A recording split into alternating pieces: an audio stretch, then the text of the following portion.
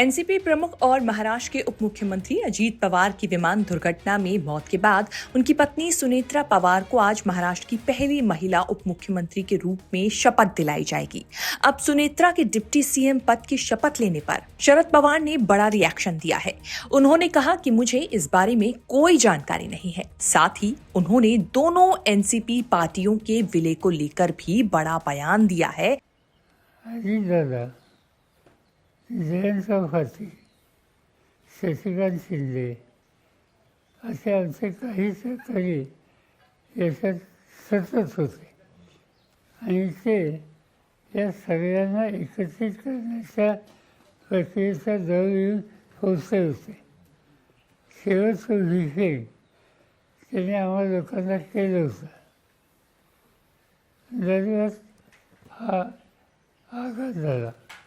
बता दें कि सुनेत्रा पवार की शपथ समारोह से पहले एक विधायक दल की बैठक होनी है, जिसका फैसला मुख्यमंत्री देवेंद्र फडणवीस को सौंपा जाएगा। सूत्रों के मुताबिक सुनेत्रा पवार के डिप्टी सीएम बनने पर पार्टी के भीतर सहमति बन चुकी है और इसी मामले को लेकर उनके राज्यसभा सांसद पद से इस्तीफा की जो प्रक्रिया है वो भी पूरी की जाएगी। लेकिन वहीं अजीत पवार के चाचा शरद पवार ने इस पूरे मामले को लेकर बड़ा रिएक्शन दिया है। शरद पवार से जब पूछा गया कि क्या सुनेत्रा आज शपथ लेंगी, तो उन्होंने कहा कि मुझे इस बारे में कोई जानकारी नहीं है। ये फैसला उनकी पार्टी ने ही लिया होगा, क्योंकि कुछ नाम सामने आ रहे हैं जैसे प्रफुल्ल पटेल और सुनील तटकरे। संभव है कि इन्हीं लोगों ने ये तय किया हो। पार्टी के स्तर पर कोई आंतरिक निर्णय लिया गया होगा। इसी के साथ शरद पवार ने दोनों एनसीपी की मिलने की बात करते हुए भी ये बात कही कि सभी को ये ध्यान रखना होगा कि हालात का सामना कैसे किया जाए।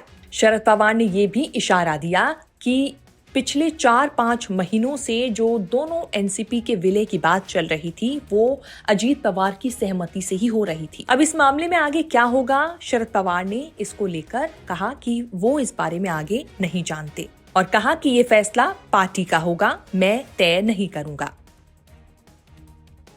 शरद पवार ने यह भी कहा कि मेरी सुनेत्रा पवार के साथ इस पूरे मामले में कोई बातचीत नहीं हुई है। वहीं सुनेत्रा पवार मुंबई पहुंच चुकी हैं। दोपहर को एनसीपी विधायक दल की बैठक के बाद, जिसमें उन्हें विधायक दल का नेता चुना जाएगा। इसके बाद शाम लगभग 5 बजे राजभवन या लोक भवन में शपथ ग्रहण समारोह होगा, जहां पर सुनेत्रा पवार महाराष्ट्र की पहली उप मुख्यमंत्री पद की शपथ लेंगी। हालांकि पोर्टफोलियो का वितरण बाद में हो सकता है। उन्हें 6 महीने के अंदर विधानसभा चुनाव लड़ना होगा।